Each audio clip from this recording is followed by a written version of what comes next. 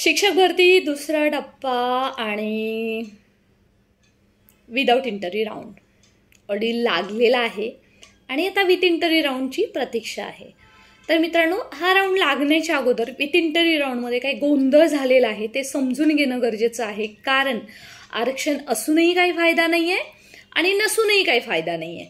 दुसरी गोष्ट, उमेदवारांचं याच्यामध्ये अतोनात नुकसान झालेलं आहे आणि चुकीच्या नियुक्त्या दिल्यामुळे उमेदवार ज्या हक्काच्या पदासाठी त्यांची नियुक्ती केली जाऊ शकत होती किंवा ती जे दुसरे उमेदवार होते त्यांच्या मेरिटपेक्षा खालचे ते सुद्धा मुकलेले आहेत आणि जागा अडवण्याचं काम केलेलं आहे. बरं, याच्यामध्ये उमेदवाराची काही चुकी आहे का? काहीच नाही आहे.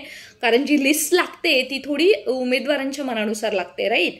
ती तर डायरेक्ट सेंट्रलाइज प्रोसेस आहे. आणि याच धर्ती मित्रांनो, पवित्र पोर्टल शिक्षक भरतीमध्ये सध्याचे जे राऊंड चालू आहेत त्याच्यामध्ये जर असंच चालत राहिलं तर उमेदवारांनी करायचं काय?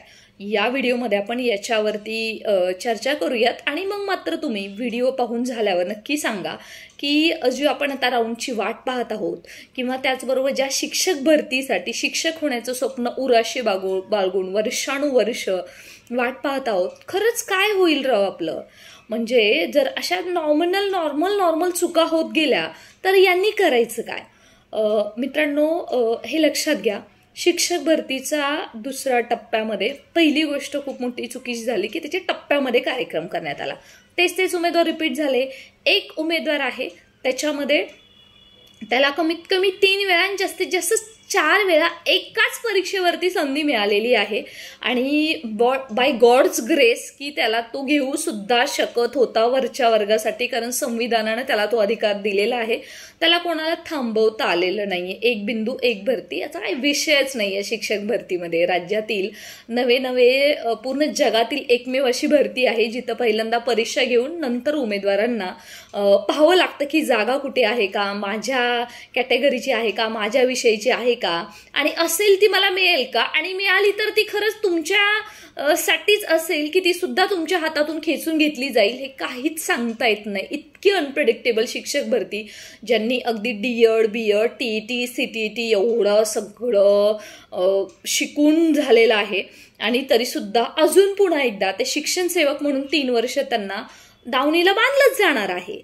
आणि या कंडिशनमध्ये या व्हिडिओमध्ये ज्या बर्निंग विषयामध्ये मी जो बोलणार आहे तो आहे की सध्या उमेदवारांना विथ इंटरव्ह्यू राऊंड ची अजून प्रतीक्षा असली तरी विदाऊट इंटरव्ह्यू राऊंड कमी पदं होती, जास्त नव्हती, तरी सुद्धा त्याच्यामध्ये अशा चुका होणं अपेक्षितच नाही, मला असं म्हणायचंय. काही उमेदवारांच्या बाबतीमध्ये बघा, आता तो 55-7चा निर्णय आहे तो तर कंटिन्युएशन मध्ये ठेवण्यात आला. काही मुलं बोलतात की मॅडम तो लावण्यात आला, काही लोकांनी लावला, काही लोक म्हणतात की मॅडम तुमच्यामुळे लागला गेला. तर मित्रांनो, आता जरी तो कंटिन्युएशन मध्ये केला असला तरी प्रथमतः ते उमेदवार बऱ्यापैकी नाराज झालेले आहेत, कारण त्यांना खरंच स्वतःच्या ज्यांना नोकरी लागली त्यांना जवळच्या जिल्ह्यात लागली शकत होती, ती पण लागली नाहीये. आणि ही भरती टप्प्यामध्ये झाल्यामुळे कसं झालं की पहिल्या भरतीमध्ये लागलेले उमेदवार आहेत विदाऊट इंटरव्ह्यू राऊंडमध्ये, ते दुसऱ्या जिल्ह्यामध्ये लागले स्वतःचा जिल्हा सोडून.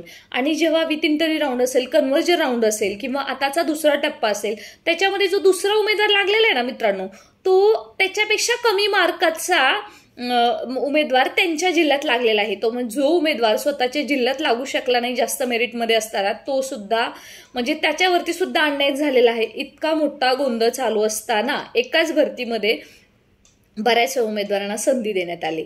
बरं, एवढं करूनही सुद्धा आता जेव्हा 10% कपात करण्यात आली, गरज नसताना ज्याच्यासाठी कपात केली तिथंही उमेदवारांना कुठंही त्यांच्यावरती जो अन्याय झाला होता तो सुद्धा त्यांना अजिबात न्याय मिळालेला नाहीये. परंतु हे सगळं करत असताना महाराष्ट्र शासनाने आरक्षण लादलं अगदी मराठा समाजावरती, ते म्हणजे SCBCचं आरक्षण. आता SCBC आल्यामुळे फायदा झाला का तोटा झाला, हे ऍक्च्युली त्या उमेदवारांना विचारा की तुम्हाला फायदा झाला का. मित्रांनो, आजही ते कोर्टाच्या अधीन आहे, कधी जाऊ शकतं, पहिली गोष्ट. दुसरी गोष्ट, अशी उमेदवार आहेत त्यांना दुसऱ्या टप्प्यामध्ये लागलेले की त्यांना नियुक्ती देण्यात आली. भले ते SCBCचे उमेदवार होते, त्यांना नियुक्ती देण्यात आली EWH ची. आता बघा, विदाऊट विदाऊट इंटरव्ह्यू राऊंडमध्ये तर एका जागेसाठी एकच उमेदवार दिला जातो. बरं, असं केल्यामुळे आता ईडब्ल्यूएसचं ते एलिजिबलच नाही आहेत राज्यामधल्या, तर ईडब्ल्यूएसच्या कुठल्याही भरतीसाठी एससीबीसीचा कॅन्डिडेट मराठा समाजाचा उमेदवार एलिजिबल नाहीये, त्यामुळे तो पण त्याच्यापासून मुकला गेला. त्यामुळे परंतु तेवढंच नाहीये, परंतु त्याने जागा पण खाल्ली ना. बरं, आता त्याच्यामध्ये काय चुकी आहे? जेव्हा तो डॉक्युमेंट व्हेरिफिकेशनसाठी जातोय ईडब्ल्यूएस मध्ये त्याचं निवड झालेली आहे, परंतु त्याचं ईडब्ल्यूएस सर्टिफिकेट जे ऑलरेडी त्याच्याकडे आहे ते त्याला आता व्हॅलिड नाहीये. त्यांना सांगतात की ही जागा ईडब्ल्यूएस साठी आहे, एससीबीसी साठी नाहीये. मग ती नियुक्ती चुकीची का करून देण्यात आली? एकदा कमी म्हणजे 1400+ जागांसाठी सुद्धा इतका गोंधळ या राऊंडमध्ये झालेला आहे. त्याचबरोबर असे उमेदवार आहेत की त्यांचं म्हणजे कमी मार्क्स असताना प्रकल्पग्रस्त, प्रोजेक्ट अफेक्टेड असे बरेच आहेत की बऱ्याच संस्थांमध्ये ज्यांना म्हणजे काही उमेदवार आहेत, माझ्याकडे अशा कंप्लेंट्स आलेल्या आहेत, 103, 107 मार्क्स आहेत आणि 96, 97 मला सुद्धा उमेदवार विथ इंटरव्ह्यू सेकंड फेजमध्ये लागलेला आहे. तो कसा लागला, त्याची कशी नियुक्ती झाली, गॉड नोज. आता याच्यामध्ये म्हणजे त्यांनी एजच्या परेजमुळे घेतलं, कसं घेतलं काहीच माहीत नाहीये. बरं, एवढं कमी की काय, सध्या ज्या उमेदवारांची एससीबीसी कॅटेगरीमधून नियुक्ती सुद्धा त्यांना म्हणजे निवड झाली, नियुक्ती म्हणणार नाही, आणि ते जेव्हा आता डीव्ही सुरू झालेली आहे, आयुक्त कार्यालयातून लेटर आलेलं आहे आणि प्रत्येक जिल्ह्यावर सध्या डीव्ही सुरू आहेत. मग ते गोंदिया असेल, स्वामी संस्था असेल आणि बाकीच्या व्यवस्थापना असेल, तेव्हा तिथं झाल्यावरती बघा मित्रांनो, आता जेव्हा या मुलांना ईडब्ल्यूएस आरक्षण होतं राईट, तेव्हा त्यांना सीटीईटी मध्ये 5% सूट होती. म्हणजे एखाद्या उमेदवाराला 82 जरी मार्क्स असले तरी सुद्धा त्याला एलिजिबल केलं जायचं, ओके, ईडब्ल्यूएस असताना. परंतु आता या उमेदवाराला एससीबीसी आलेला आहे, म्हणजे तर त्याला तो सुविधेचा लाभ मिळायलाच हवा होता. कारण ईडब्ल्यूएस तरी थोडंसं जरा इकॉनॉमिकली विकर सेक्शनवरती होतं, परंतु एससीबीसी आरक्षण जसं की ओबीसी आहे, एससी आहे, एसटी आहे, व्हीजेटी, एनटी आहे, ऑल दॅट टाईपचं आरक्षण आहे, तसंच आहे. म्हणजे आता याच्यामध्ये सांगायला कोणालाच नको ना की बाबा तुम्हाला आरक्षण नाही किंवा तुम्हाला ही 5% सूट मिळणार नाही. आज मित्रांनो त्यांना सुद्धा याच्यातून बाद केलं जाते. बरं, ते बाद करायचंच होतं तर ते अगोदरच करायला पाहिजे होतं. चुकीची नियुक्ती का देण्यात आली? बरं, आता ती चुकीची नियुक्ती यांना म्हणायचं नाहीये, त्यांना म्हणायचंय की जेव्हा या संदर्भात फॉलोअप घेत होते मी सुद्धा किंवा बाकीचे सगळेच उमेदवार घेत होते, तेव्हा त्यांना असं सांगण्यात आलं की एससीबीसी साठी 5% आरक्षणची काही पत्र काढण्याची कुठलीच गरज नाहीये. बरं, कुठलीच गरज नाहीये ईडब्ल्यूएस सारखं पत्र काढण्याची. मग आता त्यांना जेव्हा ते डॉक्युमेंट व्हेरिफिकेशनसाठी जातात तिथं मात्र त्यांना सांगितलं जातं की आमच्याकडे कोणतंही लेटर आलेलं नाहीये, आमच्याकडे लेखी काहीच नाहीये, त्यामुळे आम्ही तुम्हाला घेऊ शकत नाही. मित्रांनो, आता त्या उमेदवारांनी डोकं आपलं भिंतीला आपटायचं का, काय करायचं मला सांगा. आणि एक तर हे सगळं आरक्षण याच्यामध्ये डबल बिंदू नामावली करावी लागली, त्याच्यामध्ये गेलेला वेळ आणि एवढं सगळं प्रचंड मनस्ताप उमेदवारांना झाला असताना एक तेच येणारे उमेदवार, त्याच्यामध्ये मेरिट कुठं खाली येताना दिसत नाहीये, वर्षानुवर्ष रखडलेली भरती, वाढलेलं वय आणि घरच्यांची स्वप्न, म्हणजे याच्यातून हे कुठंतरी उमेदवारांना आता आशेचा किरण निर्माण होतोय, तो सुद्धा असा खेचून घेतला जातोय. तर मित्रांनो, या ज्या मी समस्या सांगितलेल्या आहेत व्हिडिओमध्ये, त्याच्यापैकी कोणती जर समस्या असली ना मित्रांनो, तर तुम्ही तात्काळ तिथले EIEO आहेत त्यांना कंप्लेंट करा. तर मित्रांनो, काही गोष्टी आहेत, आता फॉर एक्झाम्पल हे एससीबीसीचंच घेतलं तर त्यांना घ्यायला हवं ना. म्हणजे असं थोडी आहे की एससीबीसी आहे म्हणजे तुम्हाला 5% आरक्षण मिळणार नाही. बरं, ते घेत नसेल तर तसं रिटर्न द्यायला हवं. रिटर्न देण्यासाठी उमेदवार जेव्हा रिक्वेस्ट करत आहे तेव्हा त्यांना सांगितलं जाते की रिटर्न आम्ही देऊ शकत नाही, आम्हाला वरतून आदेश यायला पाहिजेत. बरं, तिथूनच ते आयुक्त कार्यालयात फोन करतात, आयुक्त कार्यालयातून सांगितलं जातं नाही 60% त्यांना पाडावेच लागतील. सो अशा गोष्टीमध्ये म्हणजे त्या विषयामध्ये सीटीईटीमध्ये त्यांना 90च मार्क्स हवेत. मग मित्रांनो, या उमेदवारांनी करायचं काय? आणि हे फक्त आत्ताच नाही मित्रांनो, हे फक्त विदाऊट इंटरव्ह्यूचं सांगते. उद्या विथ इंटरव्ह्यूचा राऊंड लागणार आहे. या व्हिडिओमध्ये ज्या ज्या गोष्टी डिस्कस केलेल्या आहेत आपण, ते फक्त हे 1400 मुलांच्या बाबतीमध्ये घडलंय उमेदवारांच्या. आता उद्या 8,000+ उमेदवारांच्या बाबतीमध्ये जेव्हा विथ इंटरव्ह्यूमध्ये जेव्हा असंच घडेल तेव्हा मग हेच करत बसायचं का? म्हणजे तो उमेदवार जागा तर खातोय ना ती. उद्या तो एलिजिबल आहे, पात्र आहे, अपात्र आहे ते पहिल्यांदाच ठरवायचं ना इंटरव्ह्यू यादी लावायच्या अगोदर. सो हॉरिबल आहे, उमेदवारांना याचा भरपूर त्रास होतोय. तर एससीबीसी उमेदवारांना माझं आव्हान आहे की तुम्ही रायटिंगमध्ये घ्या आणि त्याच्या संदर्भात आयुक्त कार्यालयामध्ये सुद्धा तुम्ही त्याच्या संदर्भात कंप्लेंट कराच. कारण कसं आहे हे म्हणजे नॅचरल ट्रूथ आहे हे.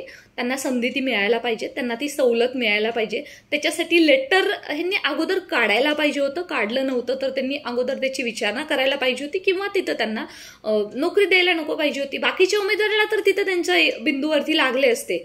म्हणजे हे असंच होऊ नये याच्या संदर्भात मी स्वतः आयुक्त कार्यालयाकडे फॉलो घेत आहे इंटरव्ह्यू राऊंड संदर्भात. मित्रांनो, थोडा उशीर लागू द्या. तुम्हाला काय वाटतं? थोडा उशीर लागू द्या, परंतु या छोट्या छोट्या गोष्टी आहेत ना, त्या नको व्हायला. नंतर ऑलरेडी तेच उमेदवार राहून तेच महाशय पुन्हा येतील आणि नंतर अजून त्यांना ती नोकरी पण नको असते, कोणाला हवी असते. मग पहिली जागा रिक्त राहते, वेटिंग लिस्ट नाहीये, बरेच इश्यू आहेत. आणि सेकंड फेजची सुद्धा अजून याच्यानंतर कोणताही असं वेटिंग लिस्ट वगैरे काही विषयच राहिला नाहीये. मग त्या उमेदवारांनी करायचं काय? जर ती जागा जरी रिकामी राहिली तरी ती कोणालाच मिळणार नाहीये. मग यांनी करायचं काय? म्हणजे वर्षानुवर्ष वाट पाहायची, आंदोलनं करायची, चर्चा मोर्चा हे करून कुठेतरी नोकरीची म्हणजे थोडीशी आस निर्माण होते, निवड पण होते, परंतु नियुक्तीमध्ये असं त्यांना डावललं जातं. अशा बऱ्याच गोष्टी असतील. ज्या तुम्हाला वाटत असलं व्यक्त व्हावं तर कमेंट सेक्शनमध्ये नक्की व्यक्त व्हा. आणि ज्या गोष्टी जेन्युइन आहेत त्याच्यासाठी मित्रांनो लढलं पाहिजे, कारण लढल्याशिवाय इथं काही मिळणार नाही. आणि आपण लढूच. जर तुम्हाला सुद्धा जर असे प्रॉब्लेम्स येत असतील तर कमेंट सेक्शनमध्ये नक्की लिहा. आणि आपलं व्हॉट्सअप टेलिग्राम जॉईन केलंच असेल, या व्हिडिओच्या डिस्क्रिप्शन बॉक्समध्ये लिंक आहे. परंतु डिस्क्रिप्शन बॉक्समध्ये अजून एक लिंक आहे मेल आयडीची. जेही तुम्ही पत्रव्यवहार EI EO किंवा कोणाशीही करणार असतात त्याची तुम्ही ट्रू कॉपी करून किंवा स्कॅनिंग करून तुम्ही म्हणजे अटेस्टेड कॉपी जे तुम्ही OC घेऊन जिथं तुम्ही द्याल OC घेऊन तुम्ही ती मला फक्त मेल करा. त्याचबरोबर नोटिफिकेशन ऑन करून ठेवा आपल्या चॅनलचं. तुम्हाला ऑथेंटिक माहिती मिळत राहील, कारण आता पर्याय राहिलेला नाही आहे. लढणारी माणसं खूप कमी राहिलेत आणि त्यांच्या पाठी जर तुम्ही उभं राहिला नाही तर जशी या शिक्षकेतर कर्मचारी भरती अदांतरी आहे, जशी या प्राध्यापक भरती अदांतरी आहे, तसं शिक्षक भरतीला दिवस येऊ नयेत मित्रांनो. एवढंच मनापासून वाटतं. म्हणूनच तुमच्या सोबतीची गरज आहे, साथची गरज आहे. नक्कीच लढू आणि जिंकूसुद्धा याच विश्वासासह. Stay connected.